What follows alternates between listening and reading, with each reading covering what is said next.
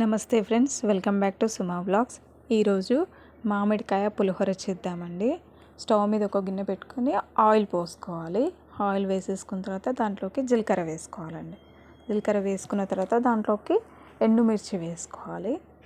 ఎండుమిర్చి వేసుకున్న తర్వాత దాంట్లోకి కొద్దిగా శనగపప్పు వేసుకోవాలండి.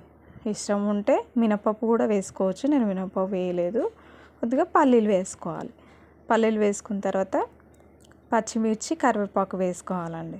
పచ్చిమిర్చి కరివేపాకు వేసుకున్న తర్వాత మనం మామిడికాయని ముందే తురిమి పెట్టేసుకోవాలి పక్కన. ఒక మామిడికాయ చేశానండి నేను. ఒక మామిడికాయ పచ్చి పుల్లగా ఉండాలి, మొత్తం వేసేసుకోవాలి. వేసి అంతా కొంచెం ఫ్రై లాగా చేసుకోవాలండి. కొంచెం వేయించుకున్న తర్వాత కొద్దిగా పసుపు వేయాలి దాంట్లోకి. కొద్దిగా వేగుతుంది కదా, వేగిన తర్వాత కొద్దిగా పసుపు వేసుకోవాలి. పసుపు వేసేసి అంతా కలుపుకోవాలండి.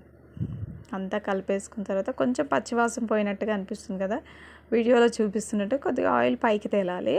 తర్వాత అన్నం ముందే వండి పెట్టుకోవాలండి. వండి పెట్టుకున్న అన్నాన్ని దీంట్లో వేసేయాలి.